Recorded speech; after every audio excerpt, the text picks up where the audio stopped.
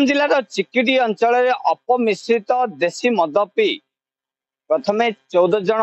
गुरुतर हवा एवं परवर्त समय यह संख्या वृद्धि पाई 16 रे पहुंचता बेले इतिमध्य 2 जन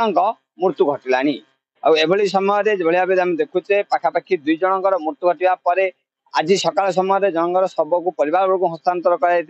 बर्तमान आउ जन शव शव व्यवच्छेद कर परिवार को हस्तांतर कर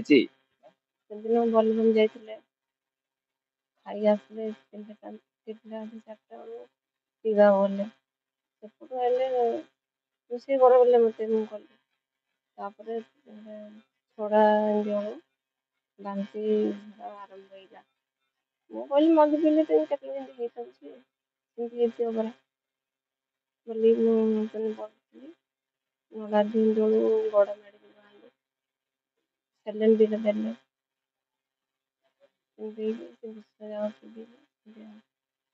ना गोटे थर झाड़ा बंद हो आम कहलु बरहमपुर नहीं भल मोदी लड़ी 3 दिन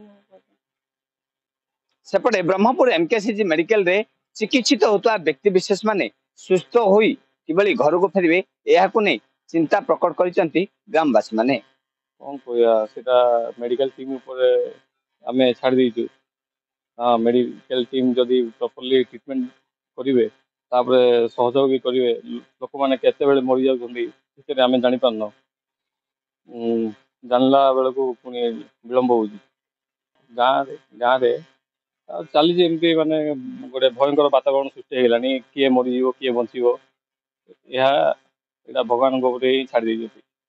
सका ज्वर बेहरा एक्सपायर करगले पुणी लोकनाथ बेहरा द्वितीय पुणी किए एक्सपायर करेंगे समय हाथ में खेल